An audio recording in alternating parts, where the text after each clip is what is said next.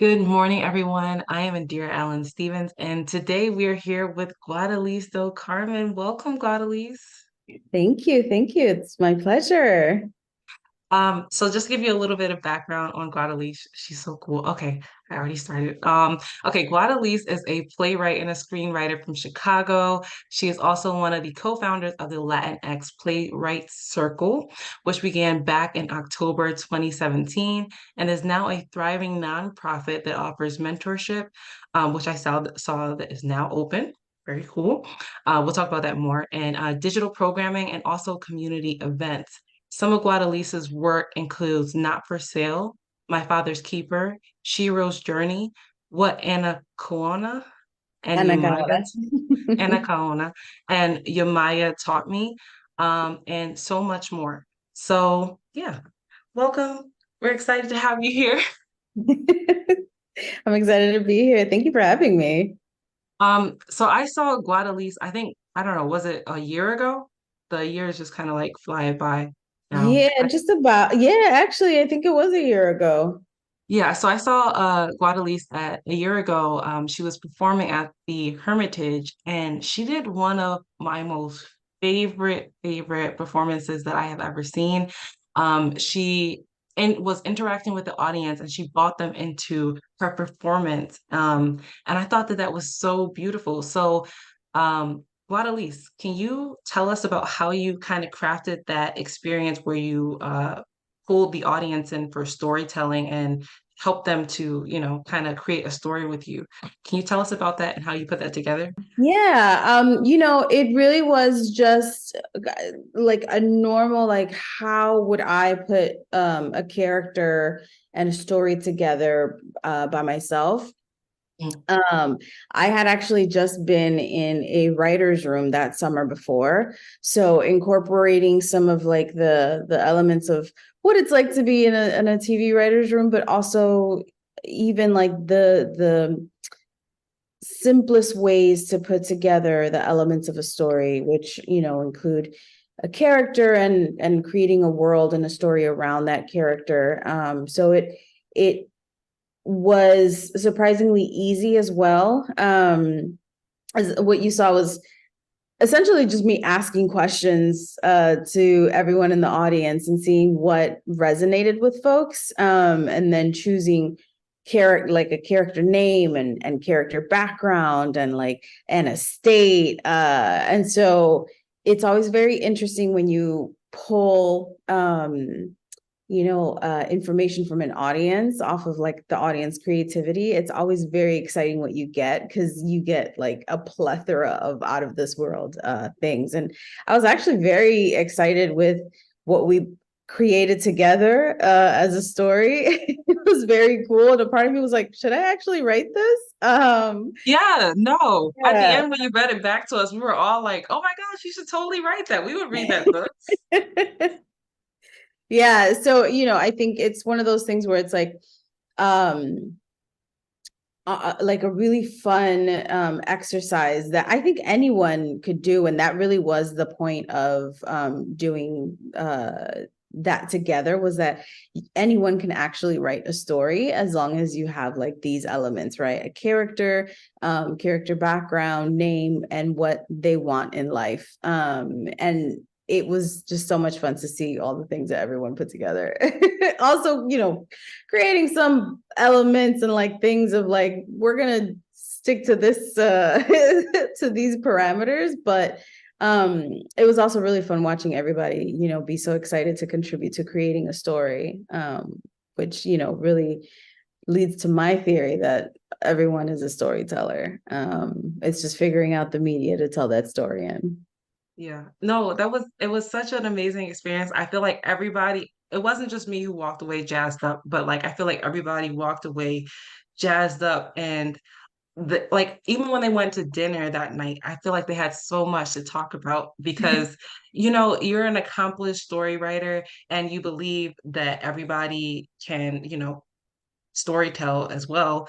So like you pulling us in on that experience, it really touched my heart. So that was definitely a very touching experience. But let's go ahead and dive into your plays because they're also really cool too. Yeah. Okay, so can you tell us about well, I know we talked about your creative process with storytelling, but that's not like, that's something you do like special for people and stuff like that. So can you tell us about your process for coming up with plays, and how do you typically start and develop a new script? Um, you know, I don't have like a set um way of doing it. Some writers have like, a whole ritual, or work with like muses, like something that inspires them. And for me, it's very story to story. Like some stories I'll create an outline, right? Um, Other stories I have to like formulate them in my head for a really long time before I can actually sit down and write anything. Uh, and others I have to pull out the palo santo and sage my all around my desk and like, dive in a more esoteric way, I guess.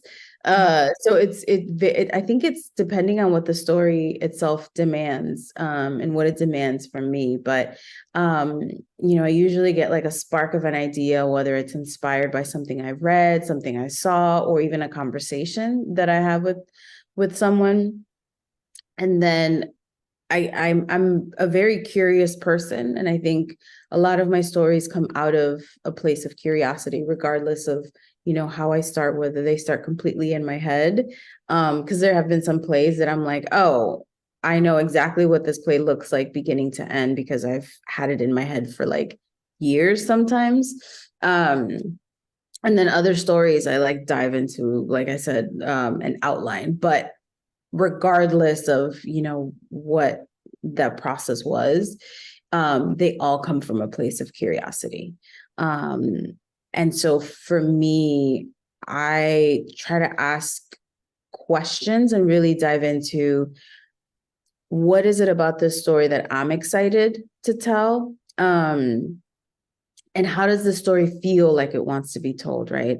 Because there's some plays that I write that are very comedic, and then there are other plays that are like, this is very much a drama, and it's not about like necessarily the subject matter. It's more like the characters that are in the plays sometimes will tell me like, you know we want to be more serious about this. So it really depends on the story that I'm telling. Like for example, Bees and Honey, which was my most recent. It was my off Broadway debut, and it was my most recently produced play. That one I wrote in 2000. I started formulating it in my head in 2017. Someone was like, "Oh, you're really good at writing like romance." So I was like, "Oh, let me write a little love story."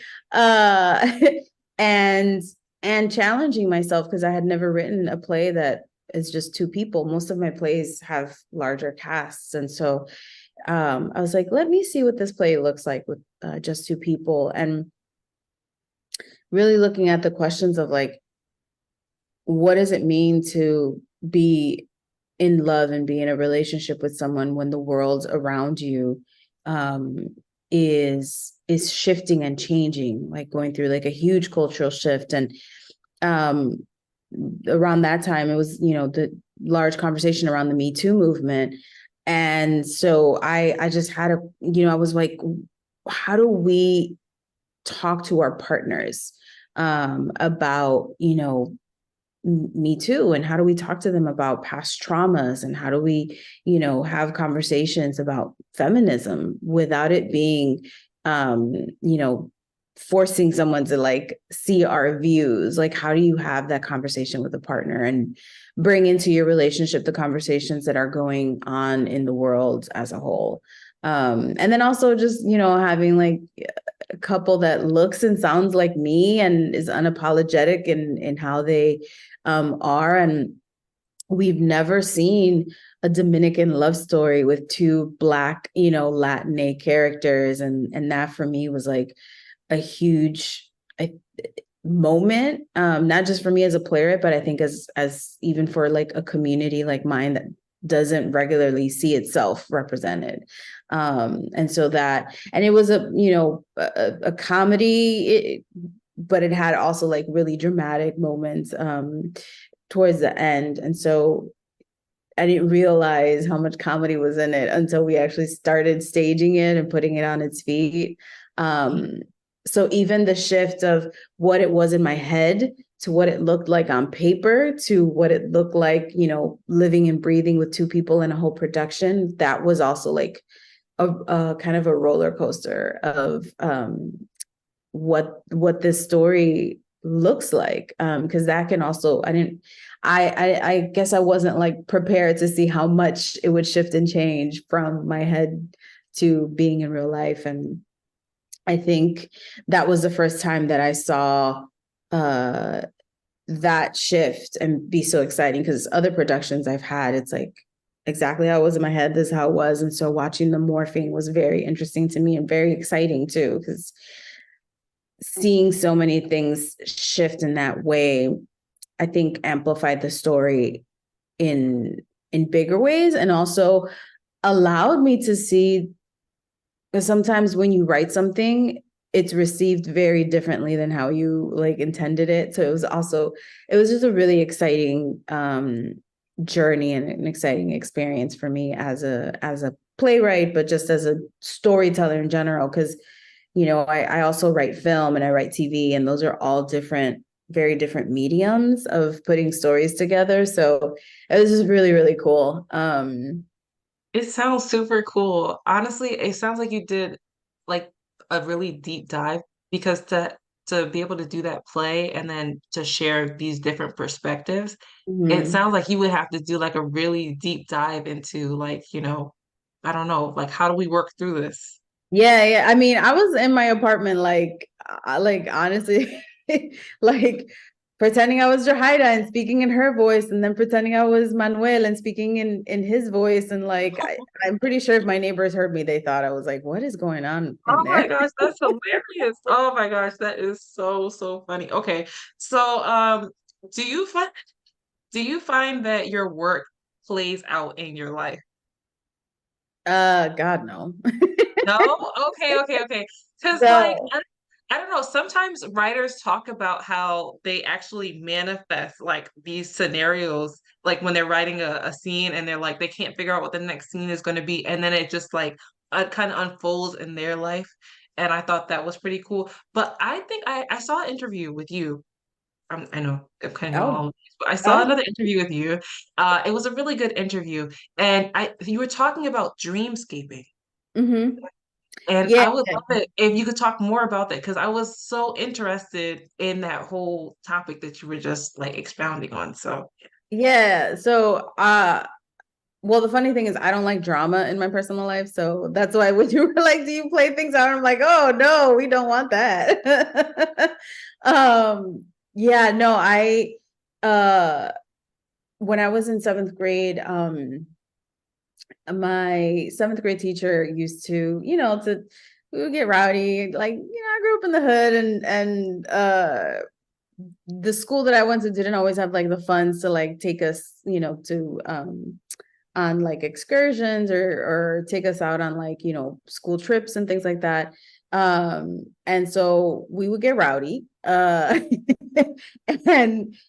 my teacher did this really cool thing where she would like, calm us down. She would like turn off the lights. So we only had the light from the outside, from the windows kind of pouring in, and have us all close our eyes and then take us on a trip. And we would go out for ice cream, and these like, mind, like she would literally like, um, play out a whole scenario that we would be, on this trip, and we would go get ice cream, and she would like ask us what flavors we all got, or she would take us to the zoo, like all of these things through our mind, and she would narrate the things for us. So the cool thing about that is that we all had our own perspectives too of what we saw through these dreams, even though she was narrating it. we all had our own perspectives of what we saw on this trip, which was really, really cool. And so that's actually always stayed with me, which is why I do a lot of kind of formulating the stories in my mind. I literally will lay down and close my eyes and walk myself through a story that I'm like trying to figure out what it's going to look like. And that's what, I got from like, I think she used to call it dream tripping. I think that's what she used to call it. And so that's pretty much has stuck with me.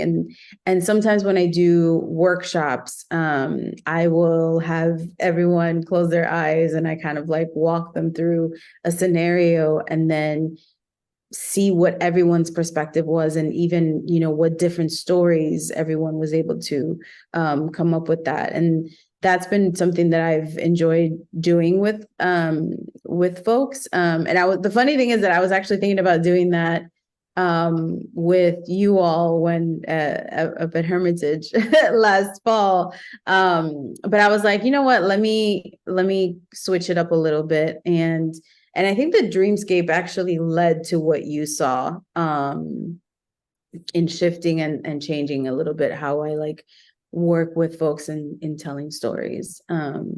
But yeah, that's like something that always sticks with me from my seventh grade teacher, and wanting to host kids that didn't have all of the resources, give them at least imagination. I gotta say I had some really bomb grade teachers. They were really dope. My fourth grade and my seventh grade teachers especially. But I was very lucky to have Black women teachers that just fostered so much imagination in me, and really were like, allowed me to let my imagination fly. I wouldn't shut up in grade school either. So I was very thankful to them for like giving me a bunch of outlets to be able to like, release some of my energy. Oh my gosh, that is so beautiful. I love that whole story. If you do that experience, if you do that, I will come to New York and I will just come Yes, watch it. yes, yes, Yeah. yes. Yes.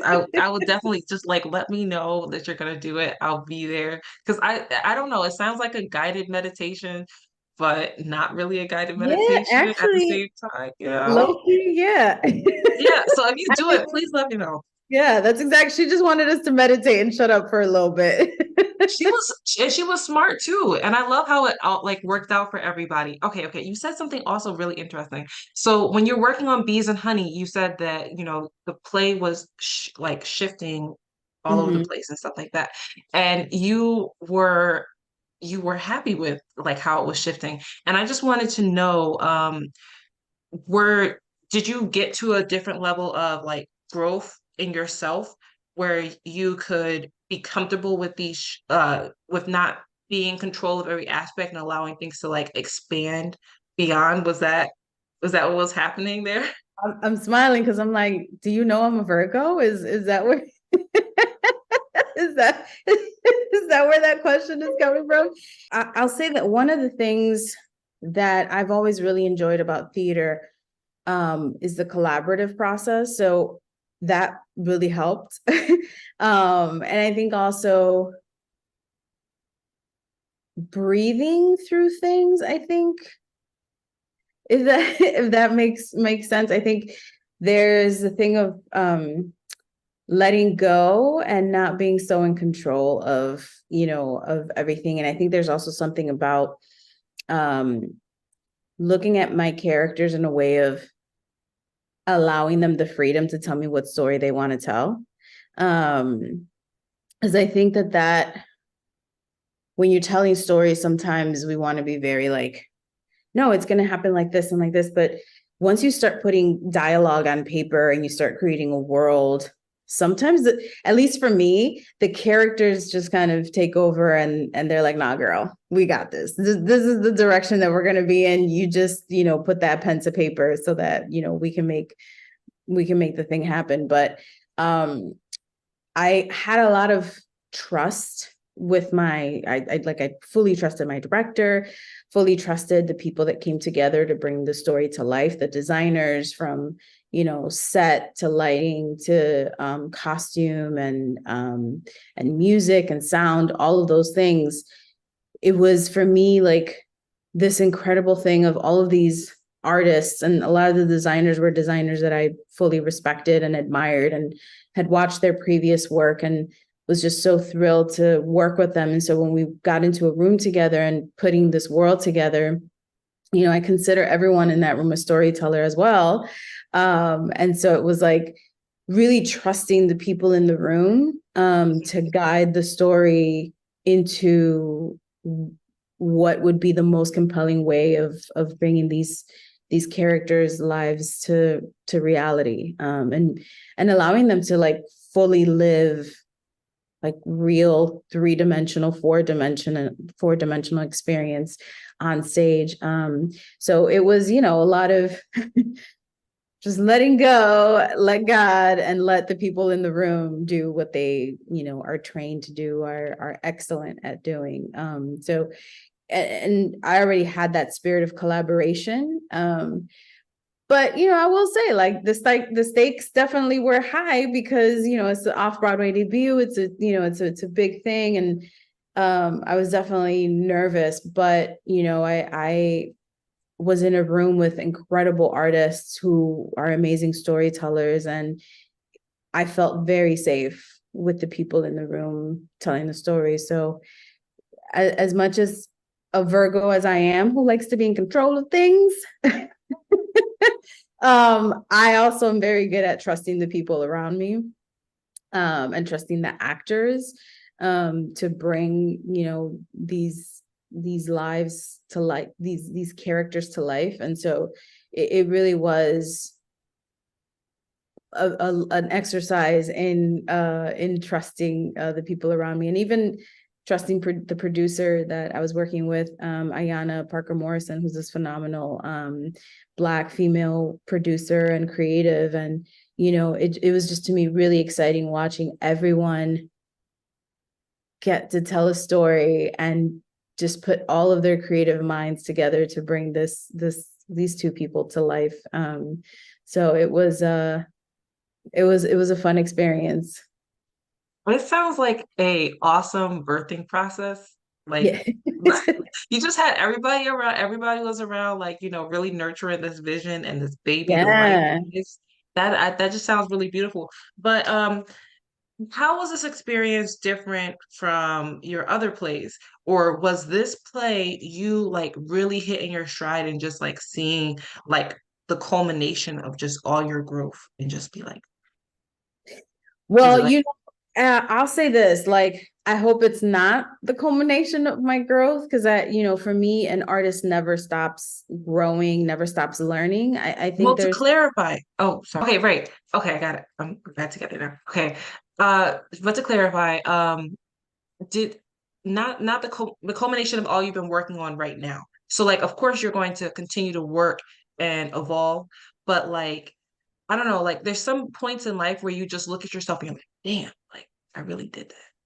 oh yeah. Yeah. Was it like that? Yeah, yeah. Oh, absolutely. It really was. And I still kind of reflect on it. And, I'm a late processor. I don't process things as they happen. So I'm still like, processing that experience. And um I think obviously, like, all of the theater art that I've done before, production wise, or even just collaborative spaces where it didn't lead to a production, but it led to like putting a story together. I think all of that contributes cumulatively. So everything that I had learned and experienced in the past, led to how I was able to work in the room this time around, and allowing myself the flexibility to learn new things, and really trust my director as well, because this was, my off Broadway debut, but it was the off Broadway debut of the two actors that were on stage performing, these characters. Like, it was also their off Broadway debut. and that was really amazing. We had a muralist, who's a multidisciplinary artist, Danny Biguero. He Mhm. does a lot of like street art and a lot of art in Washington Heights. And so he came in and he did this gorgeous mural on the set to like also bring in, you know, the community as a whole, bring it in, and it feels like you're in Washington Heights. And that was his first time doing anything like that on an off-Broadway stage. So it was really, really exciting to experience like their first telling this story. And, you know, I think it felt also historical because there was also like another Dominican play happening across the street off Broadway. And it felt like a moment, and her cast was largely also Black Latinx. So being able to have both of these stories, very different stories, existing at the same time felt like this incredible, exciting movement to allow stories that aren't normally told to be heard and be seen at the level, you know, that we're able to do it. And it was just really exciting. And so for me, it's like the next process that I have the tools that I learned in the process with Bees and Honey that I think will continue to help me grow as an artist. And that's something that I always hope I keep, is the curiosity, but also like, you know, keeping my mind open and keeping my mind, you know, flexible to the shift and the changes of a story, and the process of storytelling, and hoping to move theater forward, and shifting and changing how we tell stories. Like that's really exciting to me. Yeah, that sounds super exciting. I love how you're making dreams come true while you're making your dreams come true. Like that is so that's just really awesome. Yeah. Yeah. So I have to ask, like, are the actors who played, were they a part of the Latinx playwright circle? Were they one of um the right? Maribel Martinez was, and she played Johaida. She, you know, was and still is a pretty integral part of the community. Xavier wasn't. Xavier actually had just graduated from his MFA the year before. So like, you know, like just right off the bat, you know, and it's rare to go from you know, graduating school and then having like your off-Broadway debut a year later. So you know, he's new to the fold in a way. So it the Latinx Playwright Circle, LPC, you know, it's a pretty large community. My director has, you know, participated in different programming, so we consider her a part of the community as well. Um and the sound designer on my show was actually the sound designer on a show that LPC produced that same year. So LPC also had its off-Broadway debut this Oh, year wow. with a play called Sancocho. And it was a play that we helped, you know, develop and nurture. Kristen Eve Cato is the playwright.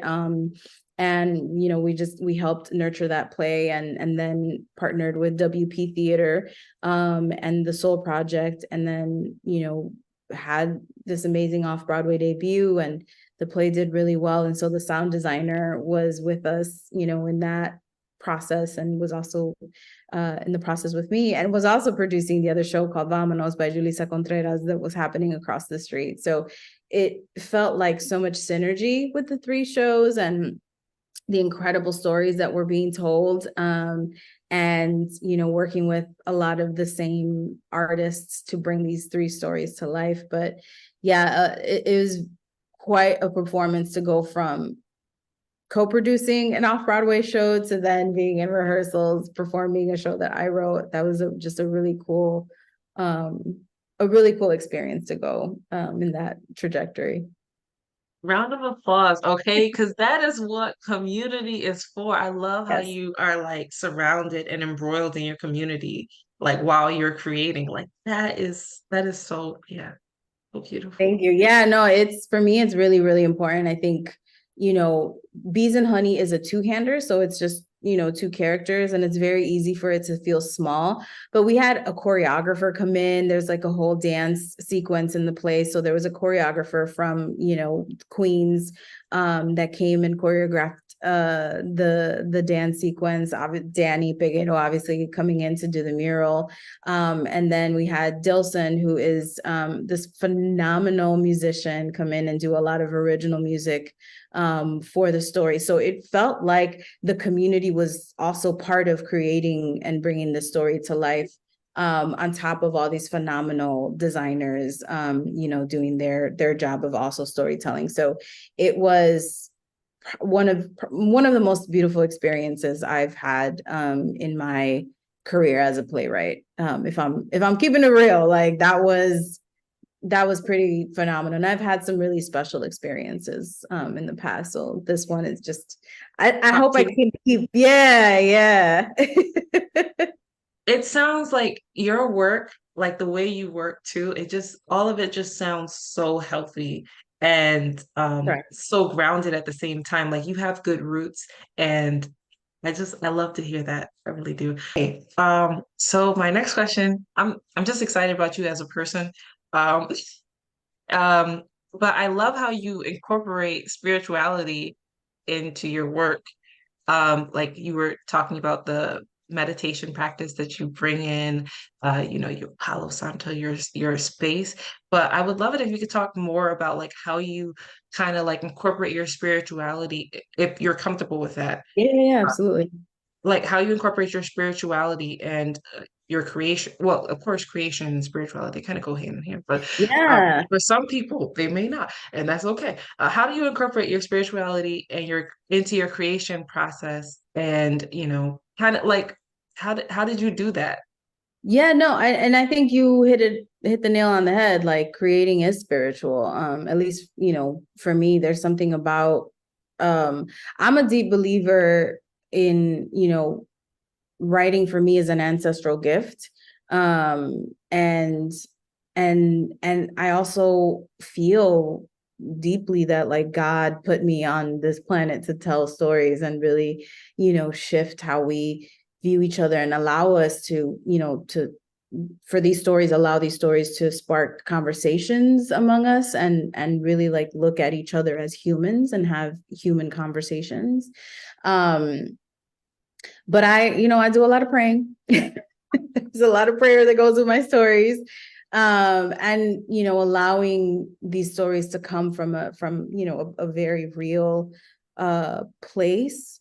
And I'm still figuring out what that is and what that looks like. I think that I might never, fully figure it out. I think there's like some stories have a lot of um spiritual influence in the DNA of creating it, and others maybe not as much. But yeah, I think for me, like my characters feel fuller when it feels like spirit has been guiding a little bit of the story. They just feel more 3-4 dimensional in that way. And so yeah, there's definitely a lot of praying. A lot of receiving a download of information. If you picking up what I'm putting down, there's, I am catching your drift. I yeah. am. So, you talked about your teachers and your mentors, um, and just like how they've influenced your work, but how did they, help you to further cultivate your process for creation and your own personal, because clearly everybody's is personal, right? So Yeah, yeah.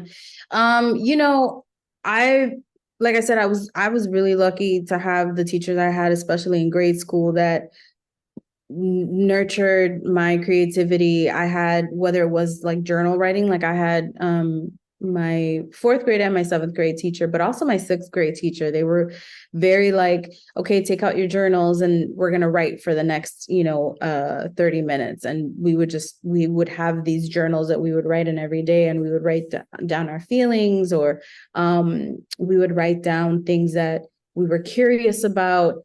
And so I wrote a lot of like poems. I can't call them poems because there's a part of me is like that wasn't a poem, but it was kind of like very imaginative writing of like what I saw the world, how I saw the world from the perspective of like a 12-year-old or or a 10-year-old.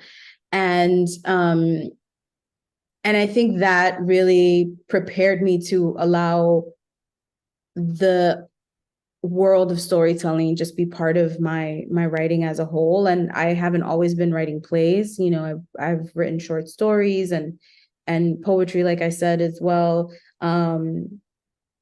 And even like song lyrics. I had a short little stint of writing song lyrics. But yeah, I think my teachers just really allowed for play and allowed for my imagination to soar.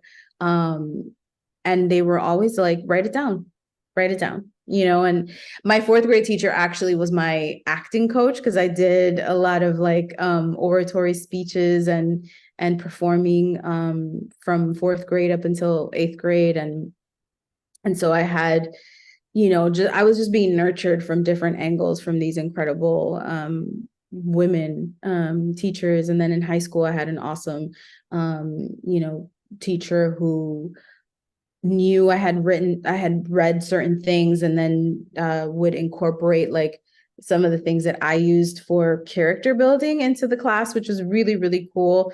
It honestly has been just teachers seeing me and like having kind of like an understanding of like, I see you, I know where you come from, I get you, and I got you. And that was just, my fondest experience of school with these amazing teachers that actually cared and were really positive. That's why when anyone trash talks public school, I'm like, yo, chill, hold up. I went to public high school, I went to public grade school, and I had phenomenal teachers. So like, chill. But yeah, I've just always been really lucky to have amazing teachers, Miss Hodges in fourth grade, Miss Sims in seventh grade, Miss Caswell, who rest in peace is no longer with us, Mr. Mims in high school. Like I had some really dope teachers. Shout out to all the teachers out there. Thank you for all that. Yes. Yes. Okay. Let's see. Okay, you said screenwriting is different from your other mediums. I would love it if you could, tell us what those different mediums bring to your table. Yeah, with plays, it's like a living, breathing experience, right? And it's creating like figuring out what's like the most theatrical way to tell a story that feels compelling and it feels like the audience is going to go on the ride with you in the moment as well.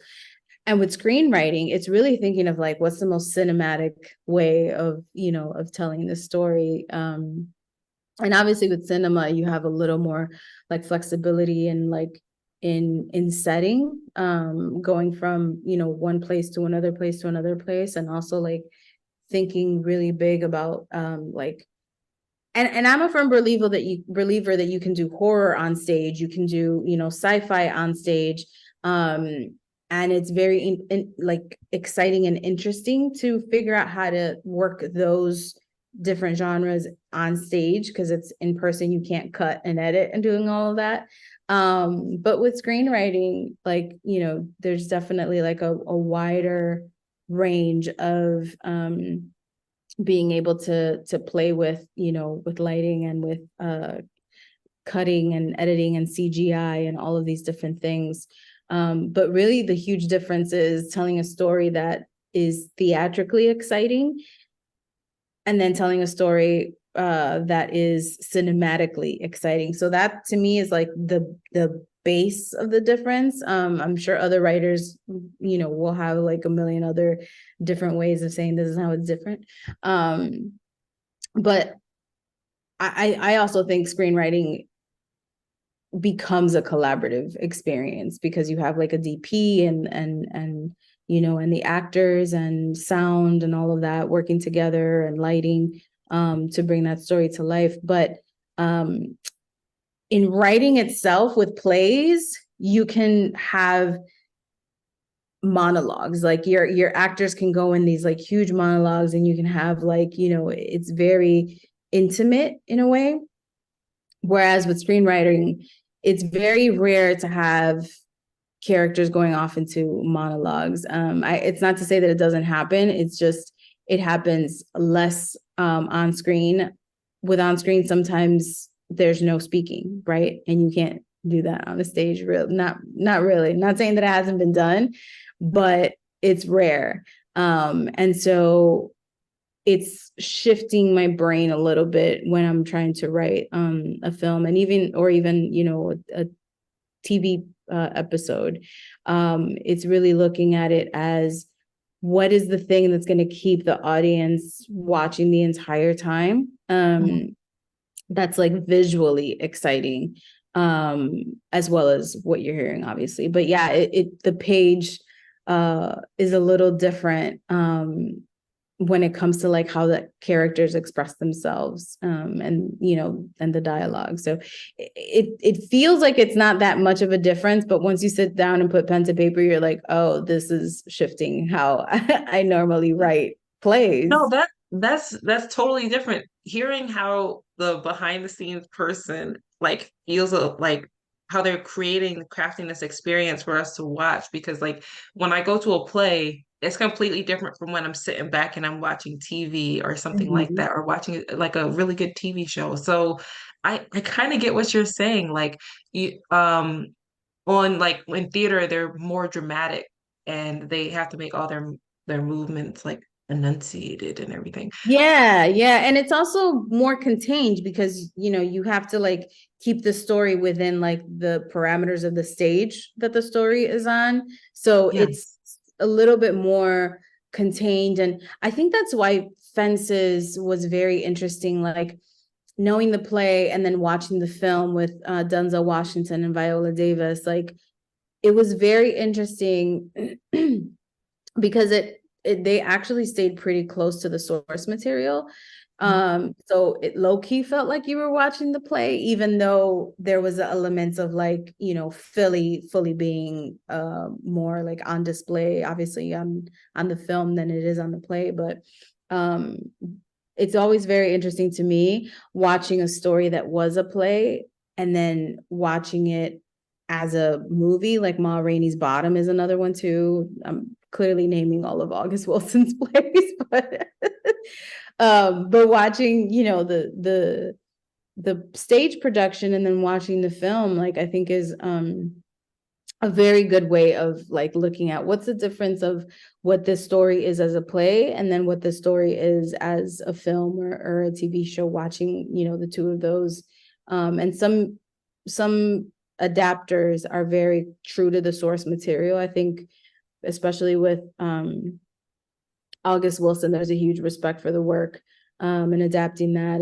And even August of Osage County, that is originally a play as well. And then it was done as a film with Meryl Streep and Benedict Cumberbatch, watching, the stage production and then the film. It's like, I think the root of it is, what are these characters trying to say in the play and in the film, right? And that stays consistent because you want to keep these characters the same because this is a story you're telling on there. And then how do you build the world around it that is cinematic, as opposed to it being, theatrical, if that makes sense.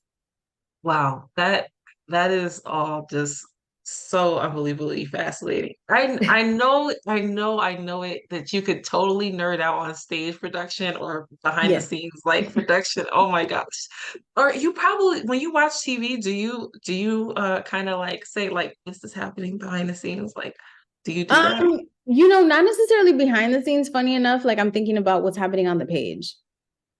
Um, Oh wow. yeah. So whenever I watch anything, I'm always like, oh man, I wonder how they, put that on the paper. How does it look?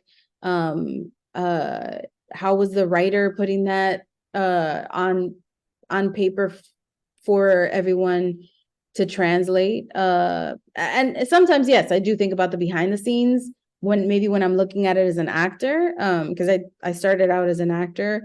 and then got into writing plays. But I think for the most part, I'm constantly thinking like, wow, how did they put that together? Like, what does the script look like? And so I have a lot of, film scripts that I will sometimes, like, if I'm watching a film, and this is when I'm looking at it from the perspective of a student that is like continuously learning my craft. And I will sometimes like print out a script and watch, the film or watch the TV show with the script in my hand and like looking at the differences, but also the similarities and like the structure of the story and what it looks like on the page as opposed to what it looks like on the screen.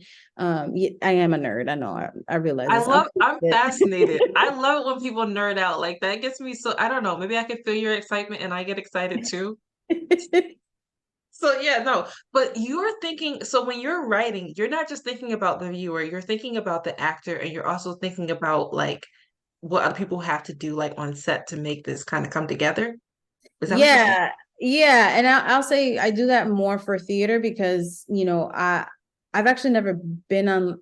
That's a lie. No, I've been on film sets as an actor. So there's like the perspective of being in front of the camera. But I don't have a lot of experience behind the camera. And not that I need a ton of experience behind the camera to be able to write a story, but definitely yes. Though I feel like once I'm on set, that might also shift a little bit my writing style, or even like how I'm processing it. But yeah, I think, as a playwright, I'm definitely thinking about like what's the exciting thing for me to bring to like a lighting designer? What about this play that a lighting designer would read it and they would get like super excited about bringing the story to life, or even the set designer, like when they're thinking about like the world that the characters are living in, how does that world look? How does it smell?